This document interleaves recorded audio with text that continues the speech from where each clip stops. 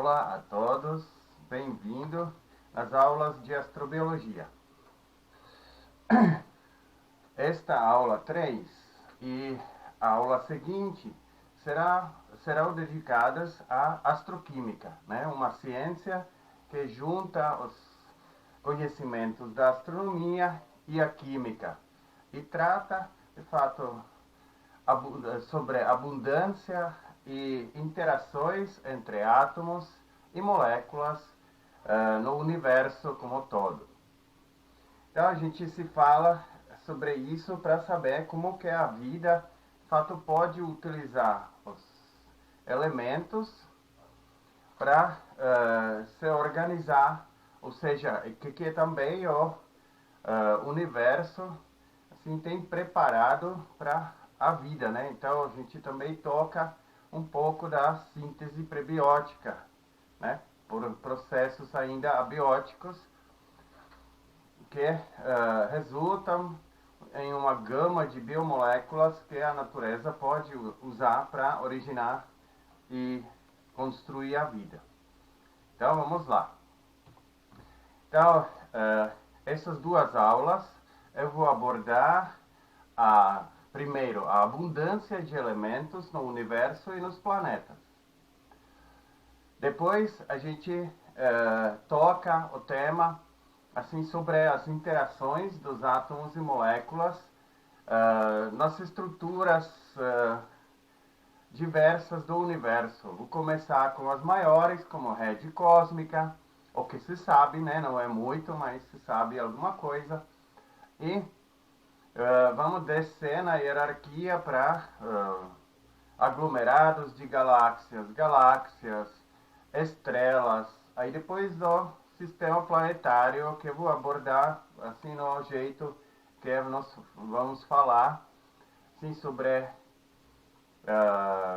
compostos e interações que podem acontecer nos meteoritos e cometas. E por fim, eu vou tocar também a química planetária, né? Que é o planeta rochoso, que abriga condições favoráveis à vida, né? Tem composição um pouco mais especial do que o resto do universo. Então, vamos lá. Então, primeiro, sobre a abundância de elementos no universo. A imagem preta, né, à esquerda, lá em cima, então ela demonstra tal chamada tabela periódica de astrônomo, né? Que na verdade reflete as abundâncias de elementos representados com aquela área de quadrados para cada elemento. Então podemos ver que é por causa daqueles 5 minutos após o Big Bang que ocorreu a nucleossíntese, então a maioria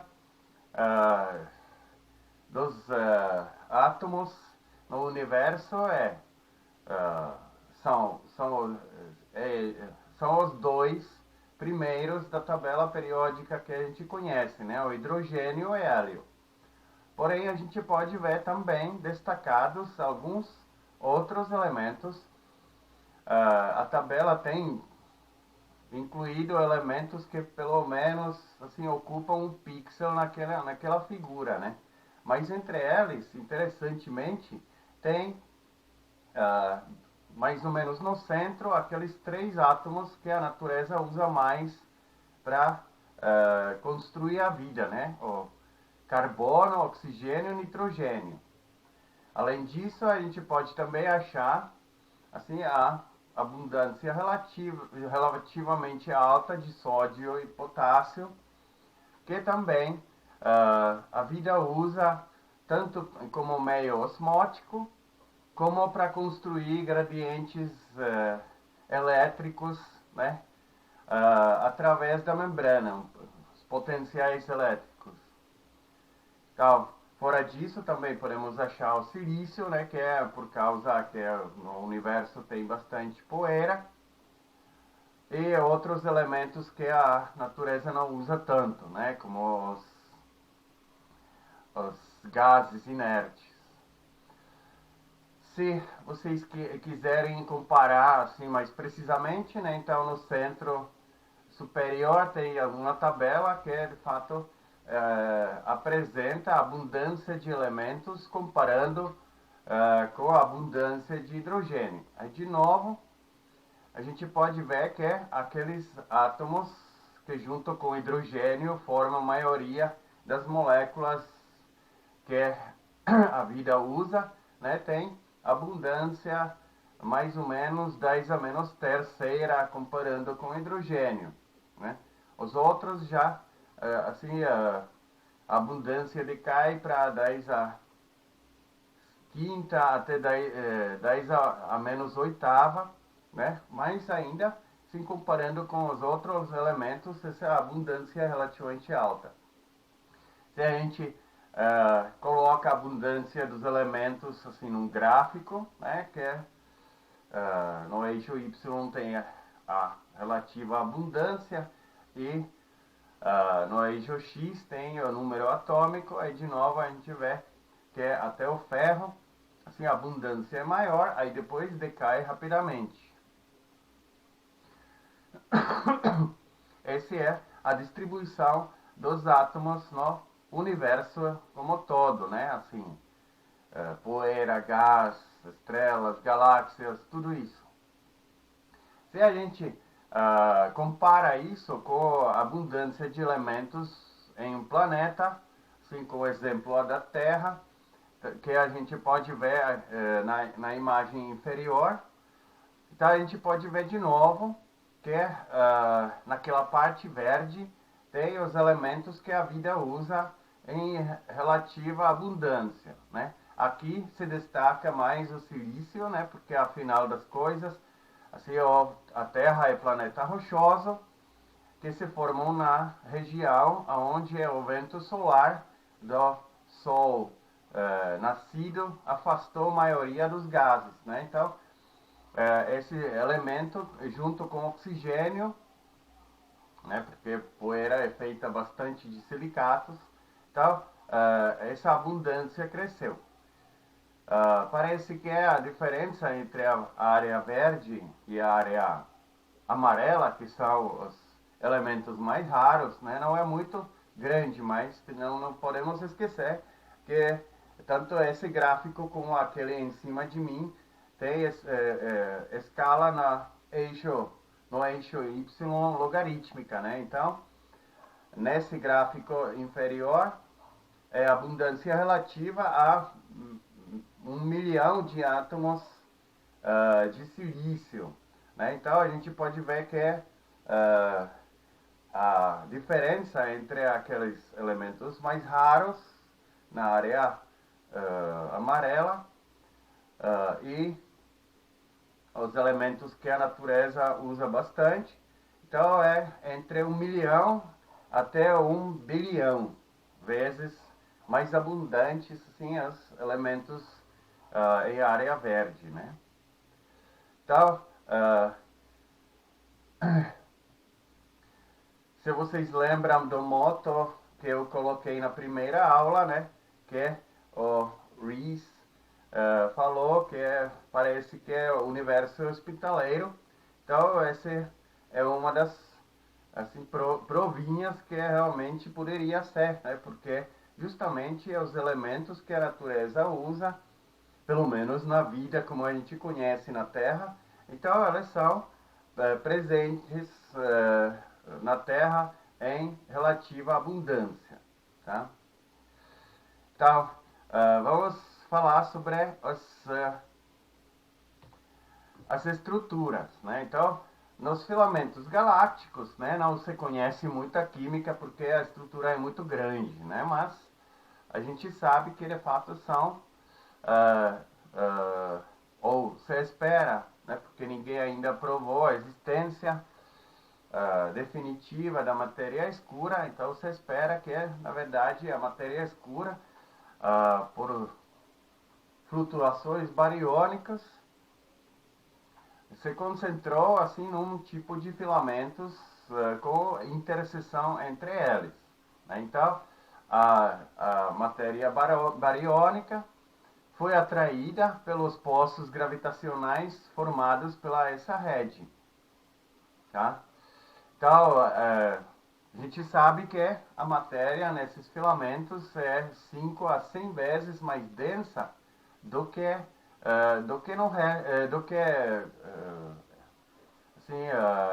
densidade média do universo. Se a gente pega realmente assim a densidade média. Então, a gente pode também encontrar assim, gás mais ou menos quente, né, assim do ponto de vista astronômico, né, para nós seria quente demais, que é entre 10 e 100 milhões de Kelvin, não, 10 mil e até 10 milhões de Kelvin, né? Então, é na forma já de plasma. Esse gás não se considera parte dos superaglomerados, isso é ainda fora deles, né? Então, na maioria, ou seja, a maioria dos átomos é obviamente hélio e hidrogênio, né? Por causa daquela nucleossíntese de primeiros 5 minutos do universo, da idade do universo. Então, na verdade, são partículas, né? Porque são núcleos. É gás ionizado, é um plasma. Então, são prótons, partículas alfa e elétrons, né? Então, é como se fosse radiação alfa e beta. A gente pode também observar que a maioria dos superaglomerados, que é a estrutura logo abaixo da rede cósmica, são concentrados especialmente nas interseções, né, onde de fato o poço gravitacional é mais forte do que ao longo do filamento. Entre esses filamentos a gente também pode achar vazios, até tal chamados supervazios, que sobraram depois daquelas flutuações bariônicas, né, que podem ser gigantescos, né, podem ter até milhões de anos-luz e preenchem ou seja, o espaço entre os filamentos. Aquelas flutuações acústicas, alguém poderia falar que na verdade, assim, o universo está tão vazio, né, que não se propaga uma onda mecânica como a acústica. Mas esse foi quando o universo ainda estava compacto, né? Então, estava bastante denso para se poder propagar essas ondas acústicas, ou seja, flutuações, né, que resultaram a uma diferença local entre puxo gravitacional, né, e densidade da matéria, que eleva a temperatura e também assim eleva uma pressão, né? Então a pressão contra a gravidade localmente essa razão foi diferente, então essa resultou em aquelas flutuações, oscilações de baryons e poderia resultar a formação desse tipo de rede cósmica. Para completar aquela figura em cima de mim, né, tem duas partes. A primeira acima é modelagem daquele projeto Millennium, que tomou todos os possíveis dados, né, e rodou como que o universo poderia se organizar. Se a gente compara com, de fato, uma síntese de fótons que está embaixo, que representa só a matéria bariônica, porque a gente não consegue, de fato, fotografar matéria escura, né? Então, em cima, os filamentos da matéria escura são visíveis, embaixo eles são praticamente apagados por causa que não tem tanta matéria bariônica como nas interseções, que são bem visualizados, com presença de superaglomerados. Bem, então, os superaglomerados, o que a gente poderia achar lá? Tá, então, primeiro, eles são grandes, né? Podem ter, sim, também chegar a 1 milhão de anos-luz de extensão deles. Uh, contém milhares de galáxias que não são assim, ligados para um centro gravitacional, né? Mas entre si. Porém, ainda fora das galáxias, a gente de novo encontra um gás, desta vez bem mais quente do que naqueles filamentos, né, que ele quer alguns ordens de grandeza acima, né?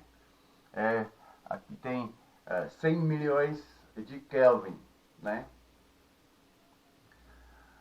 Os aglomerados de galáxias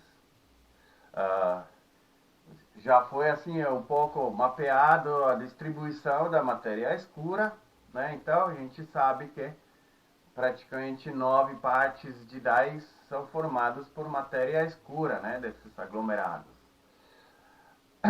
Contém entre 100 a 1000 galáxias, cuja matéria bariônica, né, representa só 1% do total. E o resto, aqueles 9% que sobrou, é gás quente ionizado, mais ou menos na mesma temperatura como nos superaglomerados.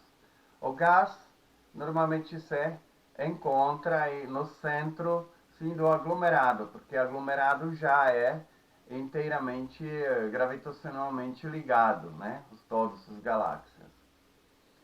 Então a gente pode ver aqui algumas figuras embaixo, né? Que tem no centro embaixo, por exemplo, tem um aglomerado. Desculpem que minha visão já está ficando pior, então eu sempre tenho que me inclinar um pouco para lembrar.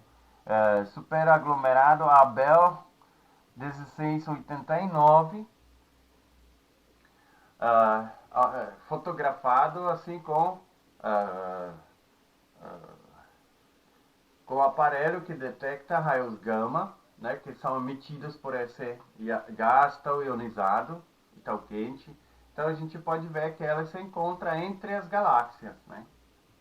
O mesmo a gente pode falar na parte esquerda, que é a Bell 2199, né, que é o gás, sim, fica também no centro, onde se, na verdade, nesse caso, encontra uma galáxia gigante, né, como centro.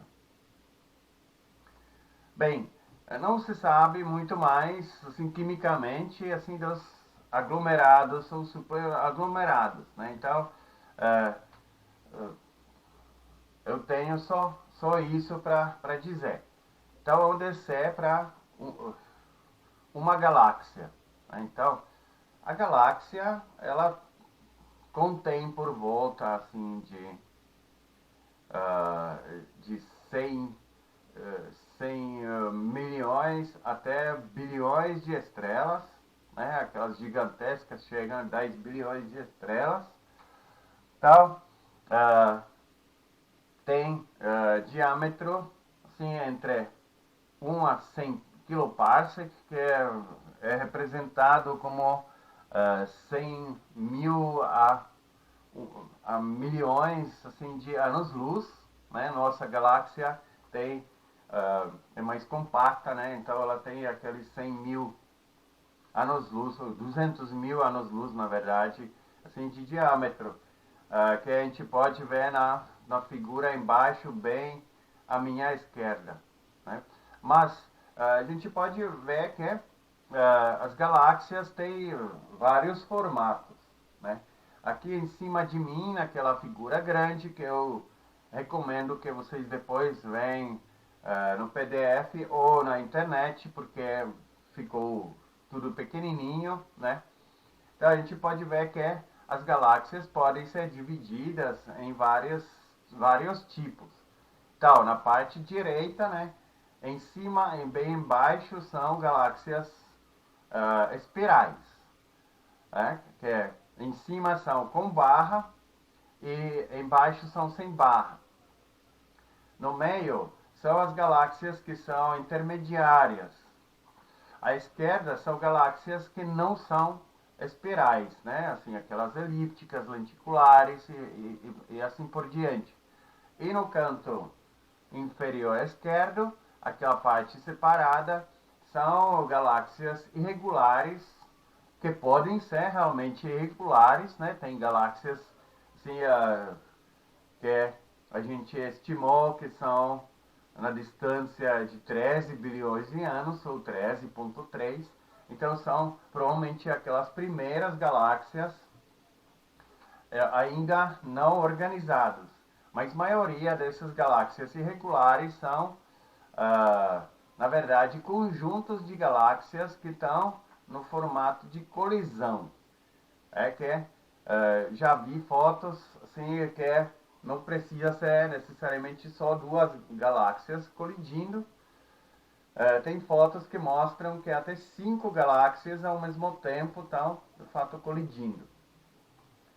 Então, essas colisões normalmente levam a diferença de formato de galáxia.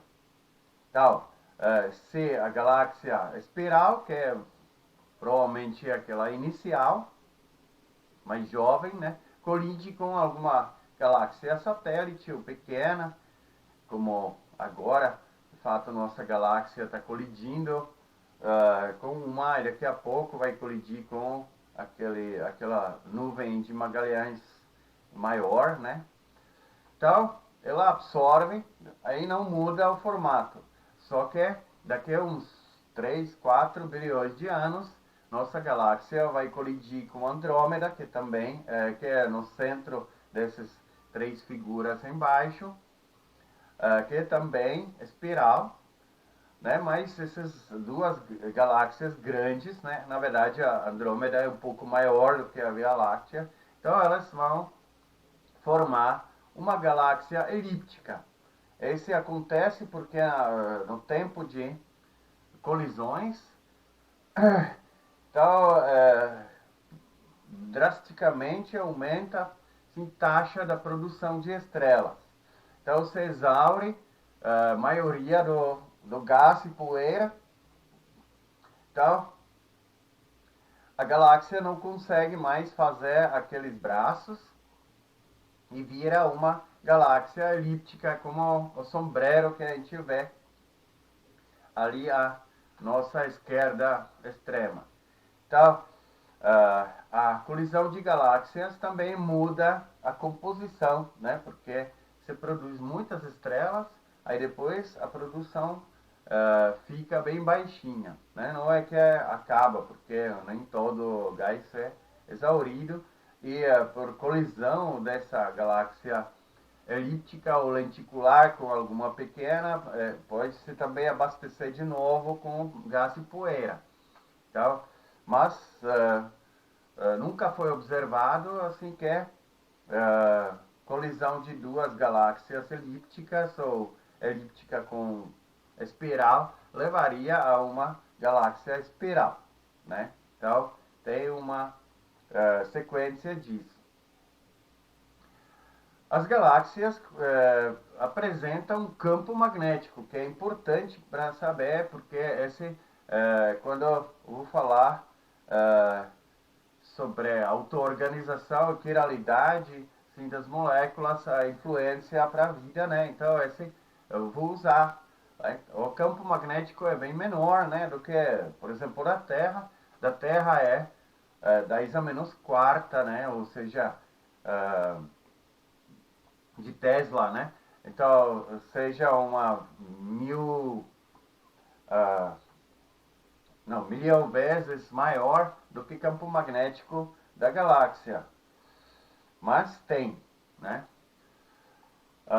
Praticamente todas as galáxias têm um buraco negro central, né? Que é um buraco negro maciço, cujo tamanho sim, varia muito, sim, dependendo da evolução da galáxia, né?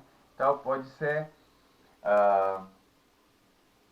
chegando a 1 bilhão ou seja, milhão de massas solares, né? Mas tem buracos que já foi estimado que tem 33 ou até 60 bilhões de massas solares, né? Então são buracos negros gigantescos, né? Aquele que foi fotografado no passado, né? Ela tinha também mais do que 1 bilhão, né? Eu acho que foi 23 bilhões de massas solares. Então são buracos negros gigantescos e com certeza vai afetar, de fato, a assim, processos astroquímicos no bojo dessas galáxias. Se a gente toca um pouquinho assim a composição, né? Então, obviamente tem matéria escura, como a gente se falou, né? Maioria, na verdade, da matéria é matéria escura. Fora disso, tem estrelas formadas por matéria bariônica. Aqui eu não tenho alguma relação, né, porque depende muito da galáxia. Já foi proposto que existem galáxias negras, né, ou sei lá, escuras, que são formadas somente por matéria escura. E ultimamente tinha um achado que parece que tinha achado uma galáxia que não tem matéria escura. Então, depende muito assim do que aconteceu quando a galáxia se formou, quanto que foi presente de matéria escura, quanto que foi presente de matéria bariônica. Então não dá muito para falar sobre a proporção, né? As estrelas morrem, né? Então, como a gente vai ver daqui a pouco, porque nada é eterno. Então, galáxia também tem restos de estrelas, que podem ser buracos negros, assim, estelares, né? Que são pequenos, ou pequenos, não? Seja em massa, sei lá, uns 10 por volta, 10 a 30 massas solares. Tem também descoberto já buracos intermediários, né, que tem centenas de vezes massas solares. A confirmação disso foi ano passado que acharam um. Tem também as estrelas de nêutrons, né, que podem ser pulsares ou até magnetares, né, que esse também vai afetar muito assim o ambiente em volta, né, que é como as moléculas podem ou não podem interagir. Por exemplo, no campo magnético do magnetar, sim, aí você pode mudar muito assim a seleção de um enantiômero de molécula quiral, como a gente vai ver naquela aula apropriada, né? Mais tarde. Então, e por fim a gente pode também achar anãs brancas, né? Que de fato são restos de estrelas anãs, que é na verdade um carvão assim, bem aceso, né? Até ficar branco, e que durante alguns bilhões de anos vai irradiar a energia e se não encontrar alguma fonte que eu pode alimentar, que às vezes nos sistemas binários acontece, né? E chega a massa crítica, explode.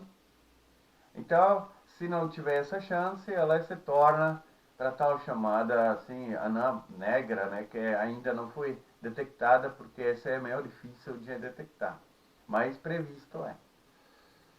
Que na verdade é um carbono, né? Então, na galáxia também tem meio interestelar, que a gente vai mencionar assim o que acontece lá, né? Que são, assim, pode ser difuso, pode ser alguma nuvem molecular, tudo isso a gente se fala. Lá a gente pode encontrar poeira e gás que é frio, né? Diferentemente do que aquele gás ionizado ou plasma intergaláctico nos aglomerados, né? Então é o gás que se encontra nas galáxias próprias, gravitacionalmente ligado a centro de galáxia. Então ele é frio. Ela tem entre 10 a 100 Kelvin, né? Então bem frio. Menos 200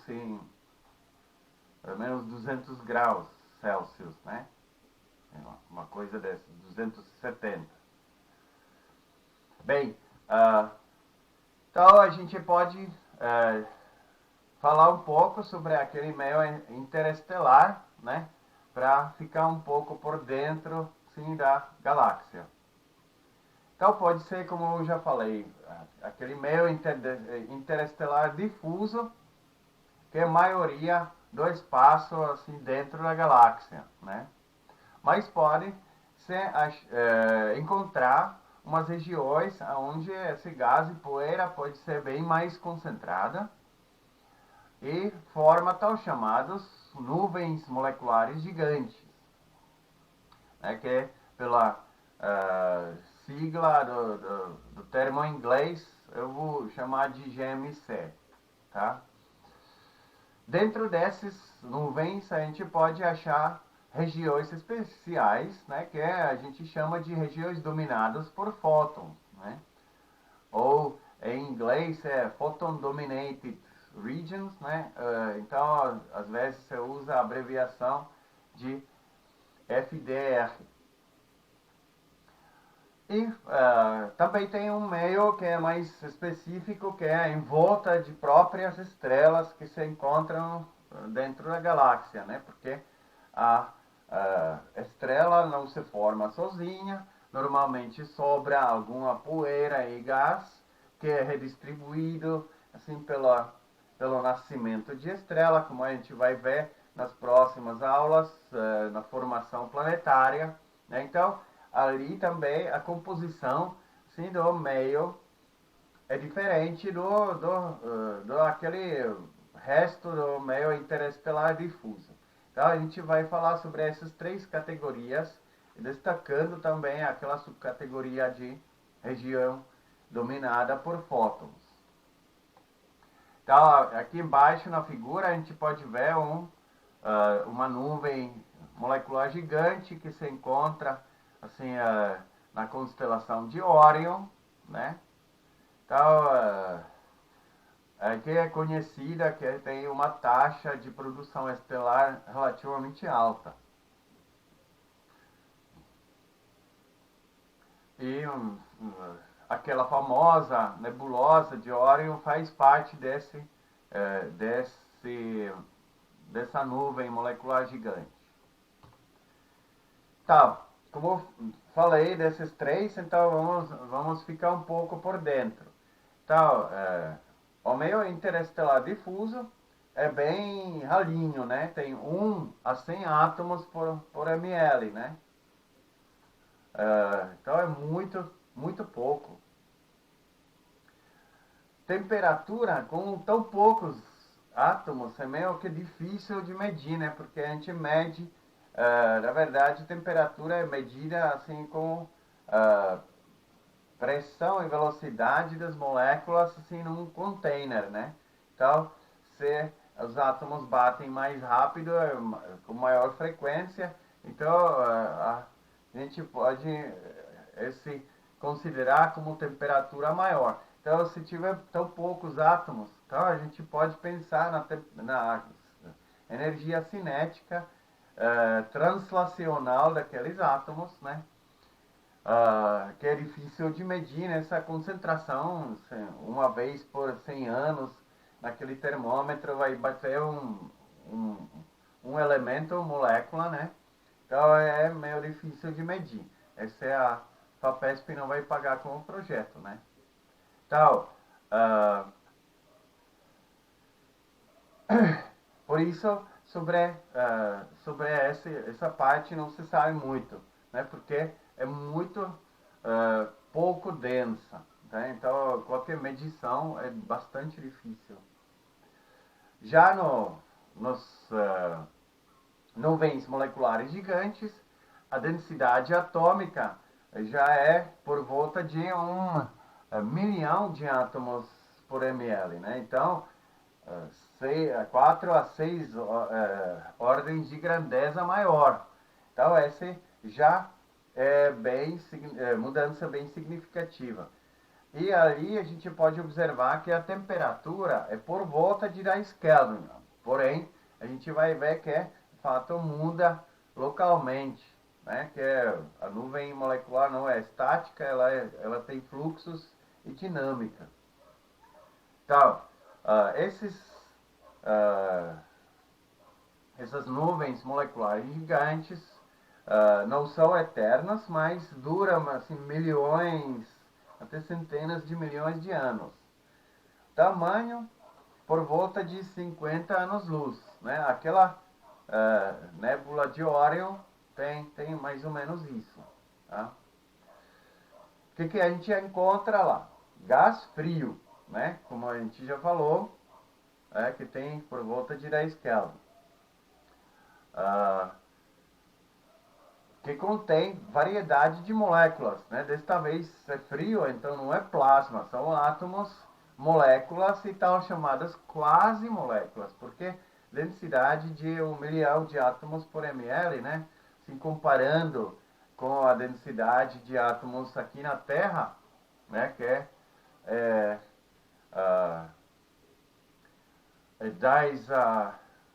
10 elevado a 20 avos, né? Sim, se a gente considera o ml, né? Aquele número de Avogadro, então aqui é 10 a sexta, né? Então tem, sei lá, umas 15 ordens de grandeza de diferença. Então, lá ainda, mesmo que as partículas já podem interagir, então interagem com velocidade muito baixa. Então, acontece que a gente pode achar umas quase moléculas que falta algum átomo por causa que ainda a molécula não conseguiu achar alguma interação, né? Sem uma colisão que levaria a reação química que completaria o composto, né? Então, essa parte é muito interessante, né? Quando eu li o livro de astroquímica, que no final vocês podem achar o PDF dele no repositório, né?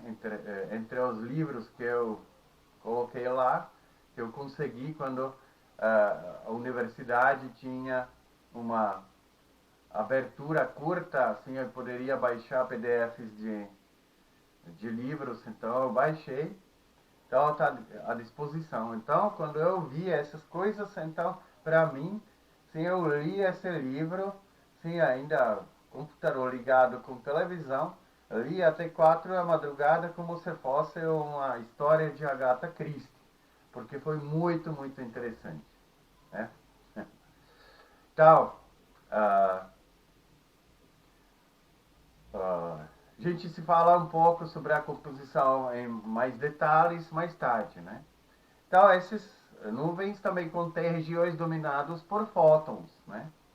Então, esses são regiões bem claras, normalmente por causa que tem uma taxa de formação estelar alta e quando a estrela nasce, ela, de fato, emite uma rajada de luz ultravioleta, assim, curta ou longa, né, ionizante, e esse fato afeta aquela região em volta dessas estrelas nascentes, porque normalmente acontece que não nasce uma estrela, mas está nascendo um conjunto, né? Então, esse provoca essas regiões dominadas por fótons que a gente vai também tocar nessa aula de astroquímica, que pode levar a mudanças assim, na velocidade de reações químicas que acontecem nessa nuvem molecular gigante. Por fim, assim, a gente tocou também o meio circunstelar. Então, ali tem condições especiais, como eu já falei, né, que é a distribuição da matéria estratificada por causa do vento solar, quando a estrela nasce. Então tem um gradiente de temperatura que leva àquela formação de tal chamada linha de neve, que também indica que tipo de planeta vai se formar mais perto ou mais longe do que essa linha de neve, que a gente vai ver quando a gente vai falar sobre a formação de sistemas planetários. Tá? Então, esse não vou abordar hoje muito, né? No máximo um pouco, falando sobre as estrelas. Bem, aquelas nuvens moleculares gigantes, né? Elas, eu falei que apresentam uma dinâmica, né? Que tem fluxos. Como que é possível? Aqui tem uma evidência.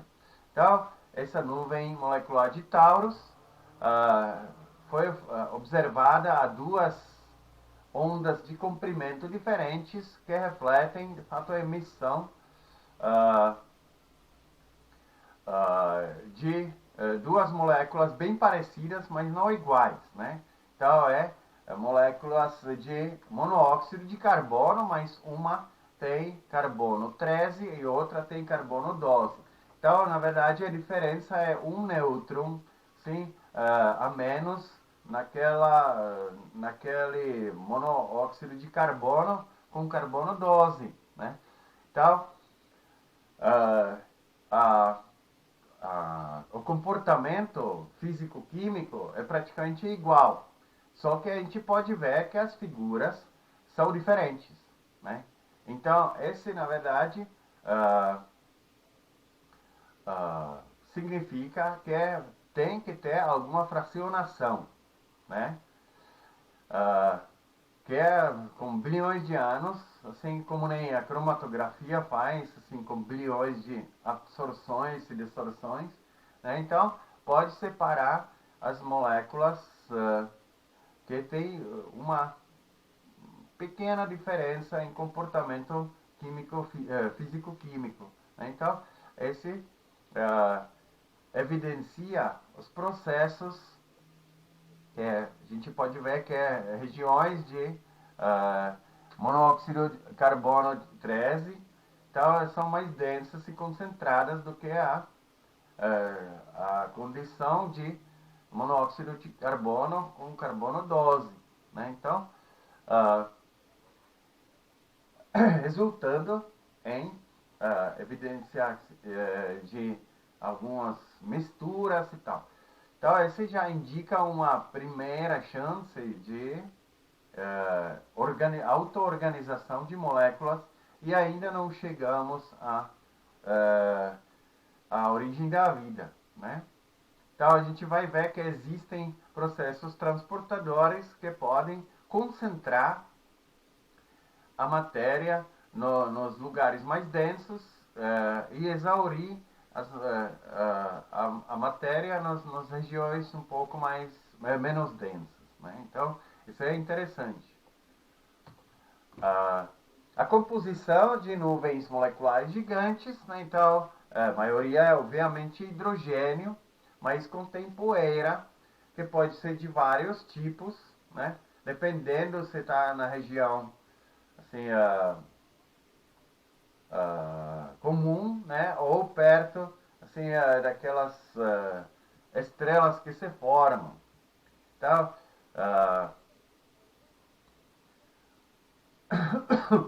contém aquelas moléculas e quase moléculas, como eu mencionei. Aqui nessa figura tem o hidrogênio representando as três formas diferentes, mas no modo astronômico, não químico, né? Então aquele H1 com letra romana, né, significa hidrogênio atômico, né? Assim, um átomo de hidrogênio. Que é por causa que, por exemplo, dois átomos de hidrogênio precisam encontrar uma poeira para se juntar numa molécula, né? Então está bem presente sim, nessas nuvens moleculares. H2 com o número, como a gente conhece, né, é aquele hidrogênio molecular. Assim, H2 assim, com índice 2 arábico, né? A gente pode também achar um hidrogênio ionizado, né? Que é justamente naquelas regiões dominadas por fóton, porque já que não é tão quente, então não se forma plasma a não ser assistido. O processo tem que ser assistido por radiação ionizante, né? Então lá a gente acha os prótons, na verdade, como hidrogênio ionizado, que os astrônomos, por algum motivo, chamam de H2 com 2 como número romano, tá? Então, para vocês se orientarem nessa figura, então eu estou explicando o que é o que. Então, na nuvem tem regiões assim, ó, com maior densidade, né, que é justamente são regiões, como a gente pode ver no centro, aonde ocorre a formação de estrelas, né? E por fim, aquela região dominada de fótons que se encontra assim em volta dessa região densa, né? Ou também dentro, assim tem algumas ilhotas, justamente quando uma nova estrela nasce, ou seja, começa a fusão nuclear, né? Então, nesse caso, ela faz aquele brilho de UV. Bem, que compostos a gente pode achar nesse meio interestelar? Uma gama de variedade, né? A gente pode ver que a maioria dos compostos tem, sei lá, 2, 3, 4 átomos, mas já foi achado um composto que tinha 11 átomos. Então, na densidade de 1 milhão de partículas assim, por ml, né? Ou 1 bilhão assim, por litro, né? Então, não é tanta coisa, assim, tanta densidade. Então, é interessante que muitos compostos relativamente complexos, né, como ácido acético, etanol, metanol, assim, o ácido cianídrico, água, amônia, tal, podem ser já achados. Se vocês lembram do EDVT, então, justamente essas moléculas, tipo ácido cianídrico, formaldeído, água, metano, né, que está também presente aqui, são os compostos que na Terra foram usados por processos abióticos, né, assistidos por raios ou raios de descarga, né, relâmpagos, ou raios de ultravioleta do Sol, né, para sintetizar aminoácidos e outras biomoléculas, né? Então, todo precursor necessário para fazer essa síntese prebiótica já está presente aqui, até tem muito mais do que isso, né? Se a gente observa as moléculas, que ninguém vai precisar decorar para a prova, então o que é importante é que praticamente só 12 elementos foram detectados, né, que são aqui listados assim no meio da figura por mim, né? Porém, destacando-se aqueles 4 elementos carbono, hidrogênio, oxigênio e nitrogênio, né, que é assim às vezes como se juntam numa abreviação, são chamados de de átomos tipo chon, né? Então, esses são os átomos, os 4 átomos que aqui nas moléculas prevalecem e são também utilizados de maior abundância assim, nas biomoléculas originados no metabolismo assim, de um organismo vivo, né? Então, o universo realmente parece ser biofílico ou assim hospitaleiro para a vida, né? Como o Rees falou, porque nem se formou um sistema solar. Esse é um precursor, né? Nuvem molecular gigante, e já dá para encontrar assim, um monte de precursores necessários para originar a vida, pelo menos como a gente conhece na Terra. Além desses compostos, foram detectados compostos mais assim, complexos, né? Então a gente pode ver aqui uma gama de moléculas destacados, né? De novo, assim, até o benzeno dá para achar, propeno, assim, vários ácidos, vários nitrilas, vários cetonas. Então, que esses moléculas vocês podem já reconhecer, pelo menos eu quando dou aquela bioquímica estrutural, né? Então, eu falo sobre a nomenclatura. Então, essas moléculas sim, têm uma gama de variedade de funções orgânicas. Esse que eu queria dizer. Além disso, também existem aqueles pHs, né? Ou seja, hidrocarbonetos poliaromáticos. Né? Aqui tem uma figura com a legenda à esquerda, o que, né? Porque já não é tão fácil de lembrar essas. Né? Então, que foram encontrados no meio interestelar. Né? Então, esse, na verdade, sim, não é tão bom para a vida, mas eles fazem parte de tal chamados tolinas, que a gente mencionou, ou seja, nesse caso vai mencionar, né, porque eu estou refazendo as aulas, na aula sobre as luas geladas, por exemplo, no Titã, dá para achar, mas no Ceres já foram também achados em vários outros lugares, como um concentrado de carbono na forma orgânica, né? Que a vida gosta de usar, né? Como fonte de carbono.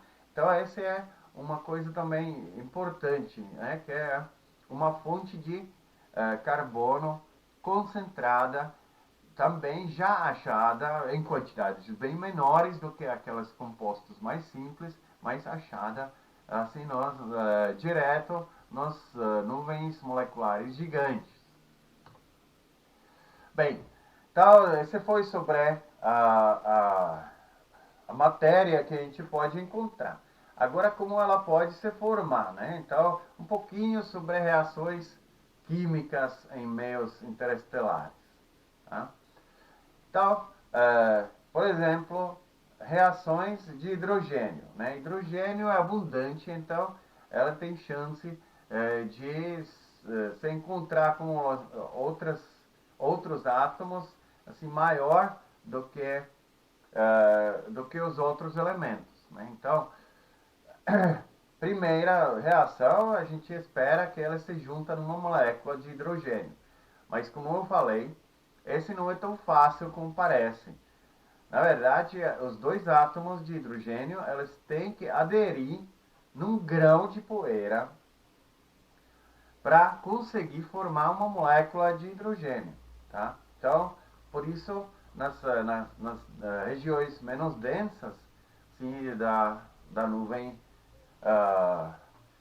molecular gigante, podemos achar bastante assim dos átomos de hidrogênio, porque não tem tantas grânulas, ou seja,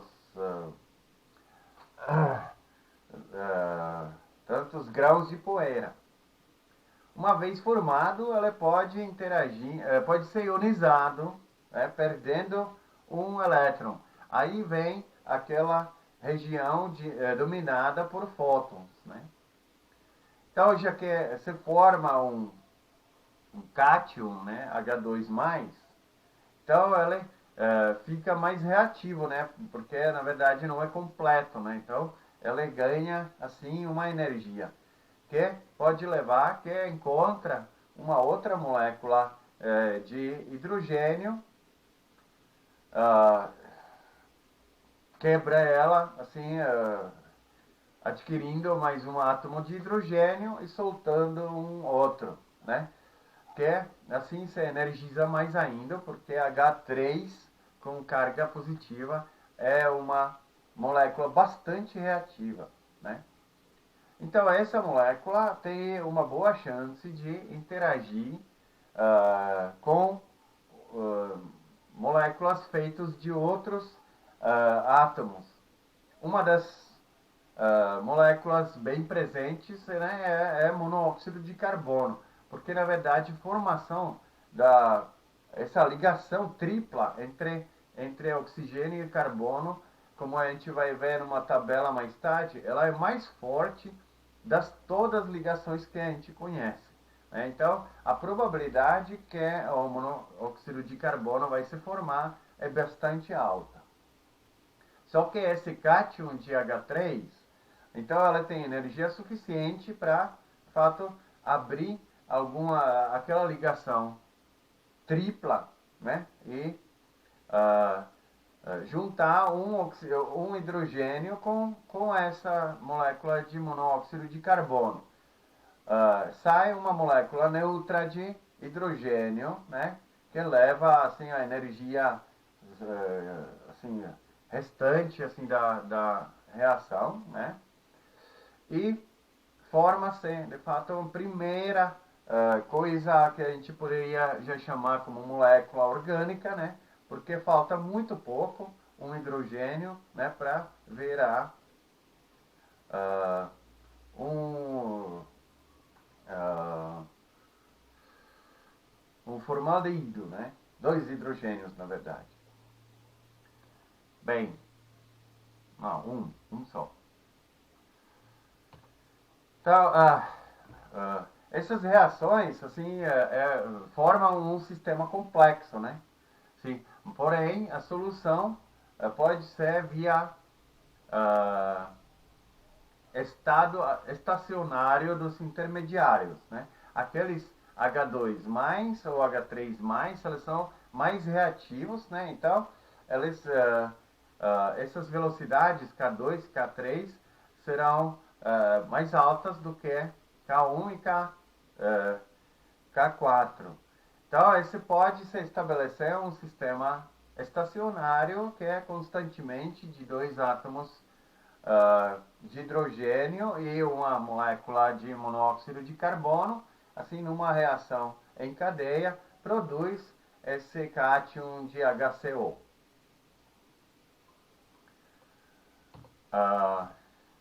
Se vocês lembram das transformações químicas ou da química nas outras aulas, né? Então, a reação, assim, a reação assim, não catalisada é dada pela assim, teoria de colisões de partículas. Eu estou só relembrando aqui que a constante de velocidade da reação química, que é feita por colisão não elástica, né, de componentes. Então, ela depende em três fatores. Né? O primeiro pé é fator estérico. Significa, se for molécula, tem que ser orientada, né, no jeito que é quando colide, então pode, de fato, interagir. Se for orientada no modo assim, inapropriado, a colisão vira a colisão elástica, né, porque a molécula não consegue ser assim, mudar o formato, né, provocado por colisão, né, então não ocorre reação química. Então esse fator estérico é importante. Né. Segundo fator é fator de concentração, que tem bastante componentes, né, Então, depende assim da concentração de uma partícula que colide da outra, de várias, da temperatura e assim por diante, né? E por fim, tem um terceiro fator, energético, né? Porque, assim, não obstante que tem bastante moléculas e são orientadas, né? Mas a cada reação tem uma energia de ativação. Então, se as moléculas, elas têm energia cinética, né? Assim, numa distribuição, mas se a média assim, da energia cinética será abaixo da energia de ativação necessária, na verdade, para dobrar as moléculas e conseguir a interação, então também a reação não ocorre. Então eu só quero aqui relembrar essa teoria de colisão com esses três fatores para vocês lembrarem depois. Tá? Então, tem que ter bastante moléculas, assim, para velocidade da reação seria significativa, né? Então tem que ter bastante moléculas, tem que ter chance de ser orientados no modo certo e tem que ter energia suficiente para alguma porção naquela distribuição tiver energia maior do que a energia de ativação. Aí isso é importante para próximas explicações, tá? Então não esquecem disso. Então, as reações que a gente pode observar, né, nessas nuvens moleculares gigantes, né? Então pode ser assim síntese, né? Assim que se associam duas partículas quaisquer, né? Assim, não precisa ser necessariamente átomo, pode ser duas moléculas. Se associam numa molécula maior, porém para reação no verado contrário, né, tem que ter uma chance de se livrar da energia que foi necessária de fato para a interação, né? Então tem que irradiar algum fóton para se livrar do excesso da energia do complexo que se formou durante assim quando o sistema chegou àquela energia de ativação. Esse pode ser também feito assim que se os componentes A e B conseguem aquela interação química e no tempo assim, suficientemente curto podem colidir elasticamente com a terceira, onde elas de fato transferem para qual eles transferem a energia sobressalente para ficar juntos, né? Então aquele M que está aqui é um mediador assim de transferência da energia. Então não precisa ser fóton, pode ser também excitando, por exemplo, esse componente M. Tá? Pode ser também substituição, né? Assim, onde você troca uma parte de molécula por uma outra, né? Aqui tem A, B, que interage com D, D se junta com B, porém o A sai, né? Então, assim também levando aquela energia sobressalente. Os processos também podem ser revertidos, né? Porque depende onde essa reação ocorreu, né? Então, se tiver a molécula presente assim naquela região dominada por fótons, então pode ser que ocorra a reação mais contrária do que aquela que eu acabei de explicar, né? Por fim, até agora estava falando assim, sobre reações que são entre as moléculas neutras, né? Porém, as regiões dominadas por fótons podem ionizar as moléculas, como a gente mencionou, né? Então, existem também interações entre moléculas neutras e íons, né? Caso disso, a maioria são cátions, né? Que não é muito comum aqui na Terra, mas lá, assim, de dissociação de elétron pode ocorrer por causa daquela radiação UV. Então, são reações que são parecidas com aquelas neutras, só que envolvem a carga, né? Aí que tem uma diferença. Porque se a molécula tiver carga, então ela está ou incompleta ou tem coisa a mais que não deveria, né? Então significa que ela não está no estado energético menor possível. Ou em outras palavras, ela está ativada, né? Então, já que é ativada, então ela naquela colisão traz mais energia do que uma molécula parecida que é neutra, né? Ou componente, porque pode ser átomo. Então, tem maior chance de, nessa reação, que é o complexo intermediário consegue ter a energia suficiente para a reação ocorrer, né? Porque um componente está trazendo energia a mais do que se fosse nas condições de moléculas neutras. Então, assim, as reações entre moléculas neutras vão ter velocidade bem menor do que a reação entre as moléculas neutras e íons, tá? Então a gente pode pensar nisso, porque na verdade o íon, como se fosse, traz a energia a mais, né? Então, na verdade, a energia de ativação dessa energia, dessa reação, é menor, né? Comparando com a reação de duas moléculas neutras. Então, a região dominada por fótons, de fato, facilita as reações, porque ioniza parte dos componentes e esses partes ionizados ou componentes ionizados podem interagir com os nêutrons com velocidade bem maior do que se for entre dois componentes neutros. Tá? Então, fora de interações de dois componentes, também existe aquela fotoionização e também associação, assim como reversa, né? Então, os íons podem receber de volta o elétron, né, que foi arrancado de uma outra molécula, né? Então vira uma molécula neutra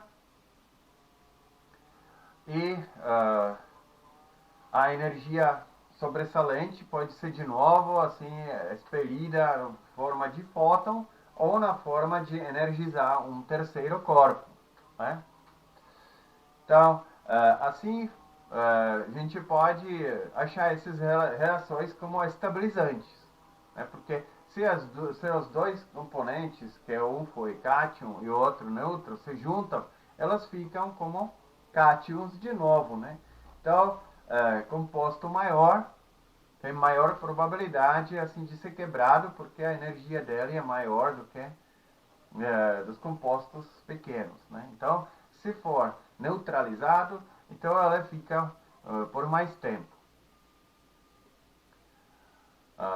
ajudando assim na síntese de compostos maiores, né? Porque a fonte assim fica mais estável. O elétron também se pode juntar aos compostos neutros, né? Desde que ele colide com velocidade suficiente, né? Produzindo ânions, né? Que não são tão comuns como os cátions nessas nuvens moleculares. O elétron pode ser que tem assim, a energia cinética tão grande, né, que de fato quebra as moléculas. Ou até os íons compostos, né, como a gente pode ver aqui embaixo à esquerda. E reações assim podem também acontecer entre aqueles ânions produzidos por associação de molécula neutra com elétrons. Então, esses ânions podem interagir com outros compostos neutros, né? Produzindo ânions, ou seja, compostos maiores e expelindo desta vez elétron, né? Então a síntese pode continuar. De novo, como é ânion, então é íon, tem energia a mais, né? Então essas reações vão percorrer com velocidade maior do que entre os componentes neutros. Bem, assim, as reações acontecem nos vários níveis, levando, de fato, à possibilidade de produzir alguns compostos maiores via reações em cadeia, né? Como aqui, por exemplo, um carbono cujo elétron foi arrancado por fotodissociação. Então, ela é super reativa, você acha um metano, né? Aí já se liga fazendo um cátion de eteno, né? Então, ou na verdade etino, né? Porque, não, é etano, porque faltam alguns hidrogênios.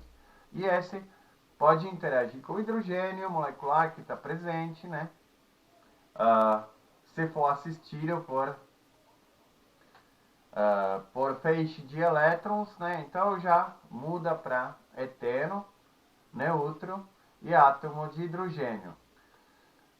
Esse pode reagir de novo, assim com o carbono na forma de cátion, né? Fazendo já um composto com 3 carbonos.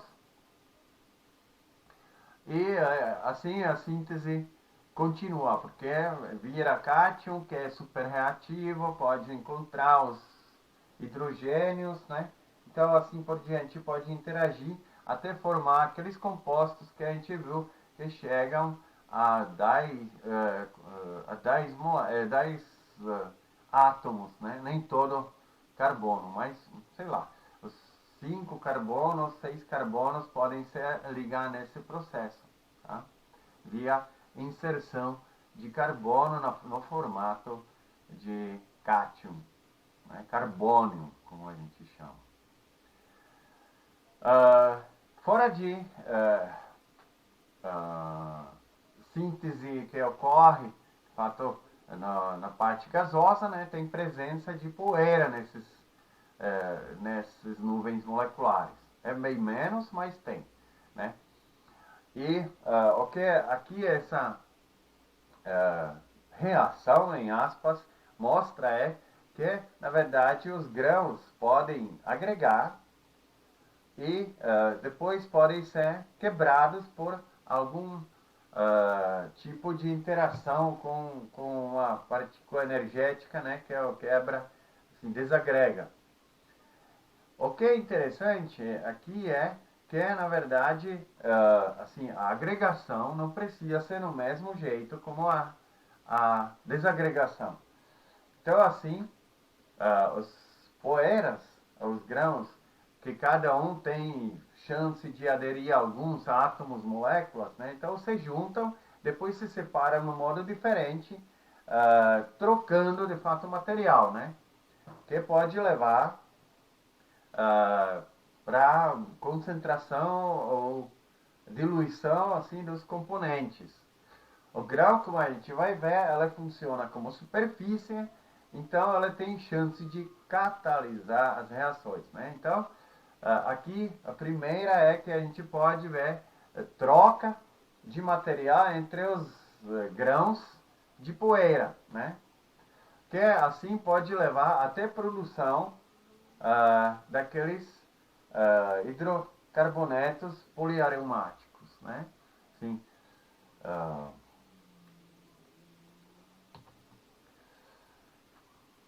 Agora, vamos falar sobre... por enquanto, a gente falou sobre química entre dois componentes, né? Ou neutros ou carregados, né? Mas tem que também falar sobre a interação com radiação, né? Então, aqui tem uma tabela que mostra assim qual é a energia necessária de um fóton para ele interagir com alguma molécula, quebrando-a em duas partes, né? Que a gente pode chamar de fotoquímica, né?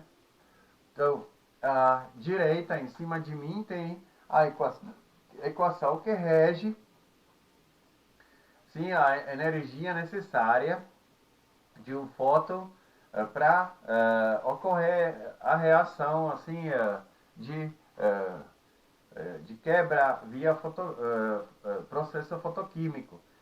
Então, na tabela a gente pode ver que de longe aquele monóxido de carbono tem energia, assim, ou seja, a energia necessária para quebrar essa ligação tripla. É de longe maior de todas as moléculas assim, aqui apresentadas, né? Que as outras moléculas são maiores, então a energia não será tão nunca chega a esse tamanho. Também, então, o fóton tem que ter assim um comprimento de onda por volta de 100 nanômetros, né? Que é uma radiação UV bem dura, né? Então, a tabela está organizada assim pela energia de ligação decrescente, né? Que corresponde à onda, ao comprimento de onda crescente, assim, de fóton que é capaz de quebrar aquela molécula. Tá?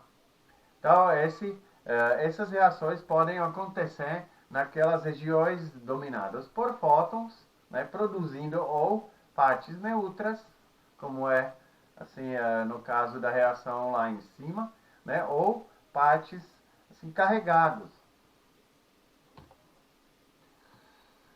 Bem, a outra versão de interação da matéria com algum composto, né, o átomo, é que ela não quebra, o fóton não quebra assim, aquela molécula em partes, mas só arranca um elétron, né, que a gente chama de fotoionização. Né? Então, aquela foi fotodissociação, essa é fotoionização. Então, aí o fóton tem que ter energia cinética igual ou maior, né? Assim, da energia ou seja, energia cinética daquele elétron se iguala à energia do fóton atingido a molécula e energia da ionização necessária para arrancar o elétron, né? Então, aqui tem de novo na tabela alguns exemplos, né? Que é, por exemplo, é muito difícil de tirar um elétron assim de carbono positivo, né? Carbônio. A gente pode ver que a energia necessária precisa um fóton que é 2 vezes mais energético do que quebrar o monóxido de carbono em 2 partes, né? Então, porque realmente esse carbônio sim está com poucos elétrons, né? Então, para perder mais um, aí a energia é muito difícil.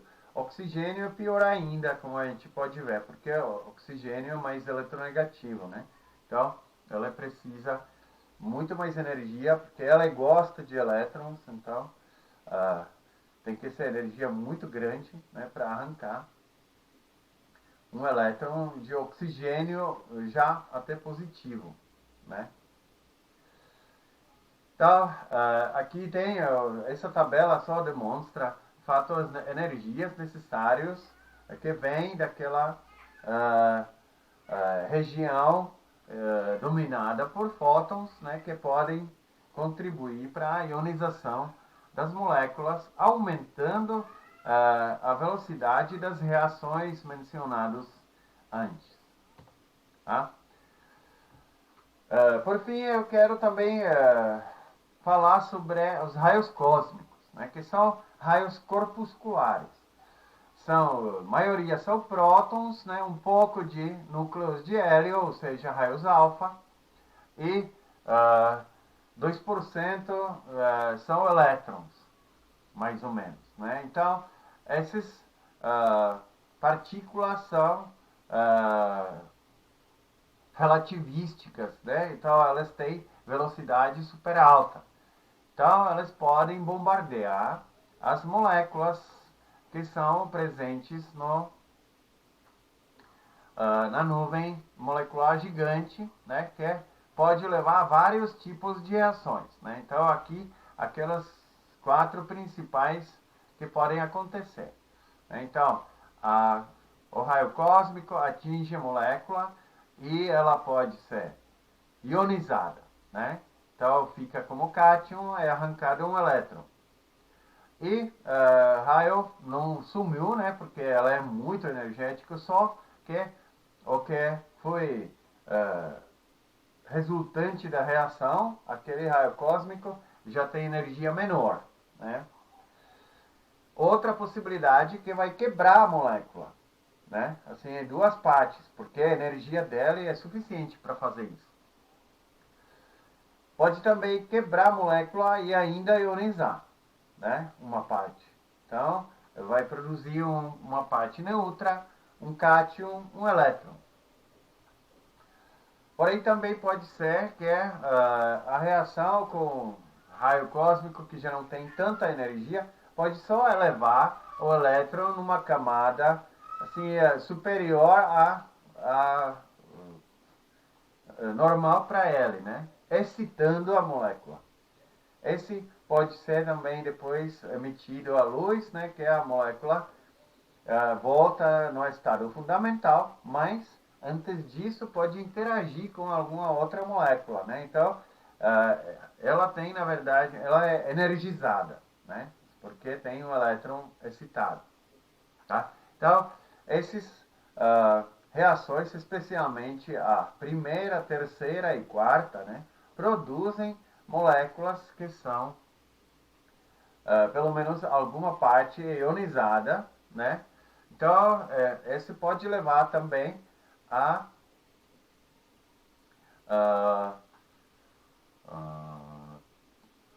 ao aumento de velocidades das reações químicas na nuvem molecular gigante, né? Porque esse é outro modo como, de fato, elevar a quantidade de energia nos componentes. Tá? Então, pode ser por raios UV, nas regiões dominadas por fótons, pode ser também pelos raios cósmicos. Né? Ele também, assim, a segunda reação, ela é de fato niveliza assim, o tamanho de moléculas, né? Porque ela quebra moléculas maiores em menores. Né? Essa é contrassíntese, mas pode ser que fornece, sei lá, componentes que estão em falta assim, para outra síntese. Né? Então, os raios cósmicos, obviamente, são resfriados, ou seja, desenergizados. Né? Não é que são absorvidos, para isso tem energia demais, mas podem fazer excitação e ionização de moléculas. Bem, então agora vamos mudar um pouco para outra parte do nuvem molecular gigante, que são partículas de poeira. Né? Então, nas regiões que são menos densas, né, então a gente pode encontrar poeira um pouco diferente do que naquelas mais densas. Então, a diferença é que naquelas regiões mais densas, a poeira pode adquirir umas camadas novas. Né?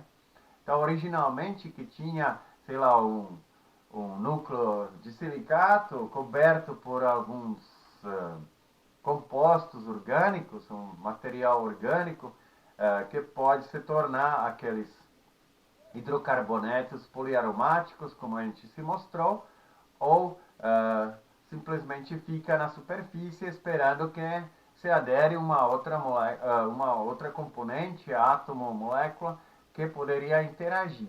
Né? Onde se formam as estrelas, Então, lá tem bastante material assim ejetado assim daquela eh,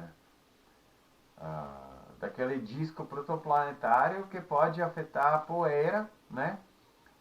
Que ganha umas camadas especialmente de gelo, né? Ou material orgânico assim a mais, né? Que vai mudar a polaridade sim, da poeira e assim também a possibilidade de catalisar reações diferentes, né? Então, se for hidrofóbico, hidrofílico, muda muita coisa.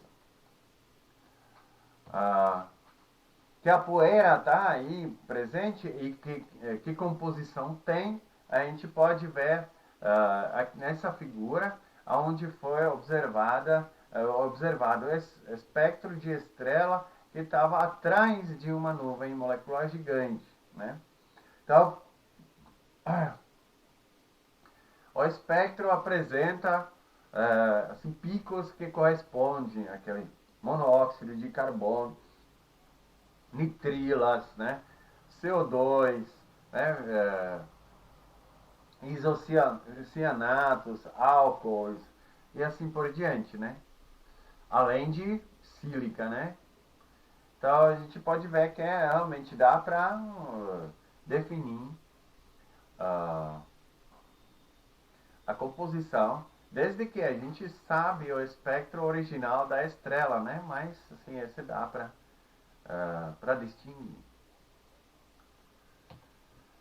Então, reações que podem ocorrer na poeira são diversos, né, parecidos com as reações que a gente falou que acontecem no meio gasoso. Só que desta vez tem justamente aquela superfície a mais, né, que funciona como primeiro como concentrador, né, porque se a partícula adere, ela tem uma chance de ficar por um tempo aderida, né? Então tem chance que aderem duas partículas perto, então aumenta-se aquele fator de concentração presente naquela teoria de colisões, né? Assim, como se explica a reação química. Então, fator concentrante e também fator assim, de superfície que pode ajustar as moléculas, né? Que funciona como catalisador, diminuindo aquela parte energética, né? Porque ela, na verdade, diminui a energia de ativação. Então, a poeira tem essas vantagens, né? Eu não vou aqui entrar assim em detalhes, né? Que pode, de fato, construir as moléculas de um modo parecido, assim como se acontece no gás. Com aumento no fator estérico e no fator energético. E também no fator da concentração, né? Como, via catálise. O que eu queria destacar nessa figura é aquela parte central, que na verdade não parece nem reação química, né? Mas os químicos usam assim a absorção, desorção, né? Por exemplo, na cromatografia, né, tal, que se considera como processo químico. Então, está incluído. Mas o que é importantíssimo nisso é justamente que esse é o mecanismo que pode fazer um tipo de autoconcentração das moléculas nas regiões mais densas da nuvem molecular. Tá? Por quê? Porque a absorção depende da temperatura. Né? Então, imagina, se tiver uma densidade alta, então colisões elásticas são mais frequentes, isto acarreta que a temperatura no lugar mais denso é maior do que no lugar menos denso. Então, mas a absorção assim depende da temperatura também. Quando menor a temperatura, melhor chance de absorção, né? Porque a energia cinética é menos e menos suficiente para a molécula sair daquela superfície.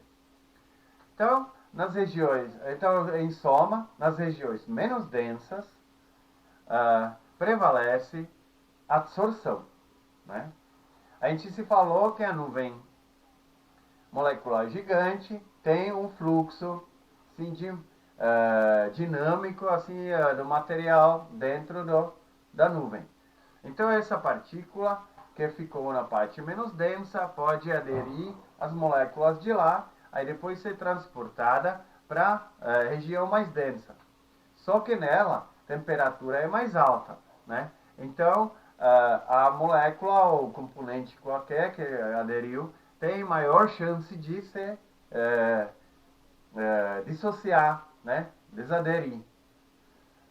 Então, assim, depois a poeira pode de novo chegar à parte menos densa, se esfria e adere outra molécula. Então, fechando um ciclo de autoconcentração, né? Que é pela temperatura, de fato, a matéria das partes menos densas pode chegar a partes mais densas, né? Fazendo um tipo de efeito concentrador. Então, primeira indício de auto-organização das moléculas que poderiam chegar a biomoléculas e a vida. Bem, na poeira também pode ocorrer assim, síntese orgânica, já que esse poeira tem superfície, né? Então podem aderir vários componentes. Então, já que o hidrogênio é bastante abundante, né? Então pode ocorrer que um monóxido de carbono que está ligado, né? Então chega o hidrogênio e adere. A gente falou que até formar a molécula de hidrogênio, né, precisa aderir o hidrogênio numa poeira. Então, se aderir perto desse monóxido de carbono, pode interagir fazendo uma molécula de 3 átomos.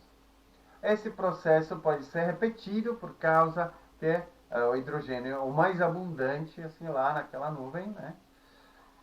Adicionando mais e mais hidrogênios até se adicionar aqueles 4. Então a gente pode ver que ocorreu uma redução sim, de monóxido de carbono até o metilálcool. Aí já tem composto orgânico, né?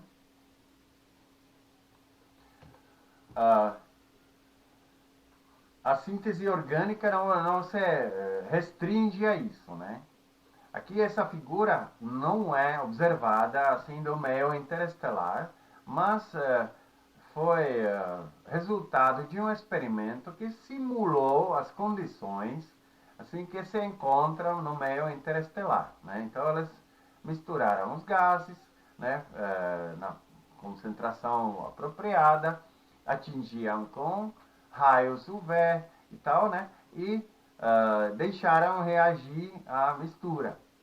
Aí o que foi surpreendente, né? Que depois eles detectaram uma gama de moléculas, incluindo aminoácidos, como a gente pode ver no centro desse espectro, né? Não é só no centro, mas é glicina, asparagina, prolina, valina e outros aminoácidos.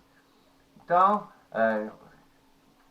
quem pode duvidar que o universo não é hospitaleiro para a vida, já que nas nuvens moleculares tem chance de produzir até blocos fundamentais das biomoléculas, né, tipo aminoácidos.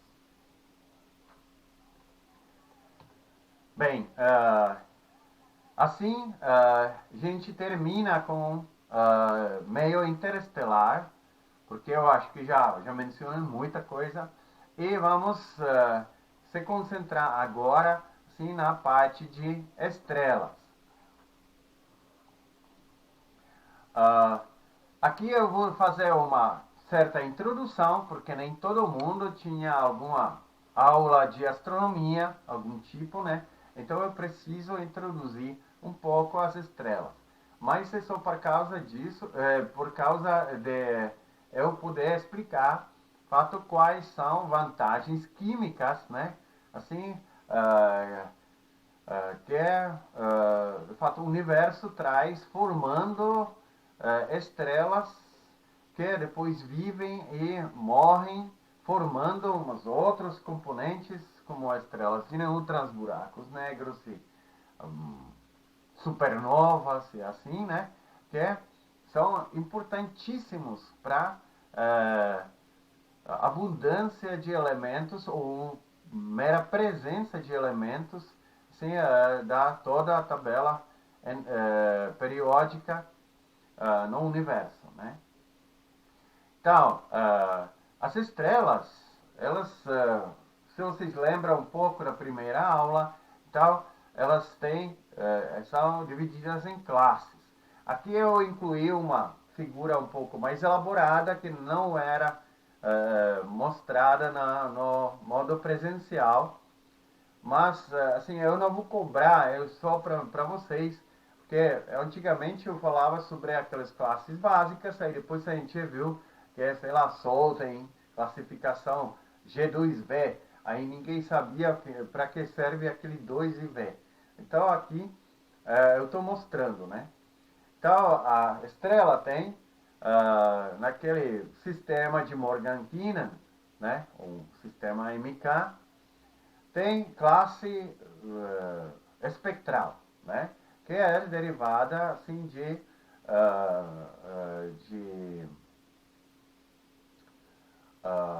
temperatura assim no máximo que a gente pode encontrar assim visualizando a estrela como corpo negro, né? Ou irradiação do corpo negro. Então ele tem um máximo, né? Aí esse é usado para construir de fato essas classes espectrais, né? Como é aquela figura bem em cima de mim. Então o máximo daquela radiação de corpo negro das estrelas serve para classificar as estrelas. Tá? Então, as classes são O, B, A, F, G, K, M, né? Como a gente pode ver. Tem vários outros classes que não são tão comuns e estão adicionados a esse sistema de Morgan-Keenan posteriormente. Se alguém está mais interessado, sei lá, nas estrelas de Voyager, não, nome parecido, ou naquelas estrelas marrons ou tal, né? Então vocês podem ver isso bem explicado na versão em inglês, sim, na Wikipédia sobre classificação estelar, né? Stellar Classification. Então, lá também é mencionado porque tem essas letras, né? Porque na verdade é um rearranjo de um outro sistema, onde de fato um astrônomo colaborando com vários astrônomas, tal, refazeram assim de primeira a classificação que tinha números romanos e subclasses eram ABCD, na primeira aquela classificação 1 romano, né? Aí depois tinha EFGKLM, né? Que era na segunda, assim, na classificação 2. Aí depois tinha os outros, então depois foi reclassificado. Então virou que na verdade estrelas assim bastante luminosas, aí eram as B, né? Então elas ficaram antes do A, aí depois da segunda categoria aí ficaram aquelas anãs, que são FGKM, e as E e L foram de fato juntadas com outros. Na verdade o M é da terceira classe original, né? Então por isso é assim. O era estrelas que são relativamente raras, né? Então a luminosidade era acima daquelas categorias assim comuns, né? Então na verdade virou assim do zero, né? Assim, zero em romano não existe, né? Então virou O. Então aí depois ficou nessa classificação de Morgan-Keenan. Então, por isso não é, sei lá, uma ordem alfabética assim normal, né? Mas é por causa da reorganização de várias vezes, aí virou assim, as estrelas grandes, luminosas, né? São o ali B, A, por exemplo, B, Rigel lá no Orion, né? É assim por diante, né? Porém, essa foi uma classificação muito grossa, né? Então, cada classe ganhou uma subclasse que é, desta vez, em número assim, crescente, como ordem decrescente da temperatura da estrela, né? Então, por exemplo, o Sol pertence à classe espectral G. A subclasse mais luminosa dessa classe G é 0. A menos luminosa depois é 1, 2, 3 até 9, que de fato é na frente de classe K, né? K0, né? Então, assim, quanto o número é maior, menor temperatura da superfície da estrela naquela subclasse. E por fim, veio letras gregas, né? Então não é V, mas é 5 na verdade, né? Para Sol. Então, essa foi uma classificação diferente, não pela temperatura, mas pela luminosidade, né? Porque a estrela pode ser gigante, mas a temperatura pode ser baixa, como os gigantes vermelhos, né? Então, por isso foi introduzido essa classificação de luminosidade. Então, classe 1, romano, né? São supergigantes. Depois vem gigantes. Depois vem, de novo, gigantes. Mas, assim, aquela de classe 2 são gigantes brilhantes. Eu vou ainda corrigir isso no PDF. Mas classe 2 são gigantes brilhantes. 3 gigantes, 4 subgigantes. As 5 são estrelas da sequência principal, né? Que é a maioria das estrelas, assim, na sua vida. Os gigantes, supergigantes, são estrelas moribundas. Ainda não morreram, mas, por exemplo, a Betelgeuse, né? Que é lá no ombro de Órion. Aí você espera que explode em supernova cada segundo, porque ela já é um supergigante. Talvez ela já explodiu, mas a luz daquela explosão ainda não chegou a nós. Tá? Então, quem está vivendo, por enquanto, não está no final da vida, então ela está na classe 5, né? Aquela velha. Por isso, a Sol, que está no meio da idade, então ela está classe de luminosidade 5, né? E depois são estrelas, assim, 6 são estrelas subanãs, né? Aí classe 7 são estrelas anãs, mortas ou vivas, tanto faz. Tá? Então, esse eu queria que vocês se orientam um pouco, assim, na classificação estelar. Bem, essas classes espectrais correspondem a uma temperatura de superfície, né? E também um tipo de espectro da estrela. Então a gente pode ver que é classe O, que são muito luminosas, né? A temperatura chega a dezenas de milhares de Kelvin, né? Assim, aqui tem mostrado na média 35 mil Kelvin. Enquanto nosso Sol já tem aqueles 5.500 Kelvin, né? E a gente chama de estrela anã amarela, mas na verdade ela é ainda branca, né? Porque essa temperatura máxima do corpo, da irradiação pelo corpo negro, ela é, sei lá, 5.750, se não me engano, é definir o máximo, assim, dessa temperatura do máximo, sim, daquela irradiação do corpo negro, se define como luz branca. Então, a gente vê o Sol como amarelado, mas é por causa assim que passa pela atmosfera, né? Então, ela é, na verdade, branco. E a gente pode chegar até as estrelas tipo M, né, que são anãs vermelhas, que pode ter 3.000 Kelvin, que já, ou um pouco menos, né?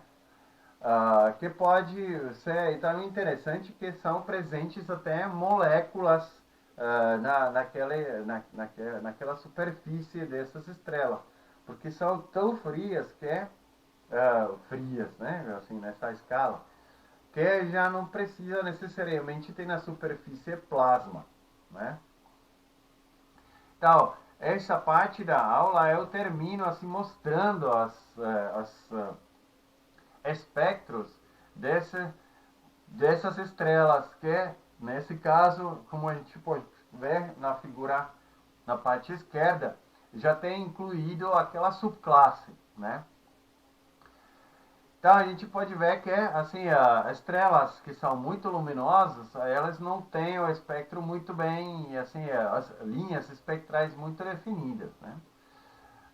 Classes B e A já tem as duas linhas lá na esquerda, né? São duas linhas de Lyman de hidrogênio, que a gente pode comparar com os espectros na parte inferior, que eu ajustei assim de uma outra imagem, mas na mesma escala, sim, do espectro, né? Então, primeiro espectro lá embaixo é espectro de hidrogênio, depois vem de hélio, depois de lítio, depois de oxigênio, né?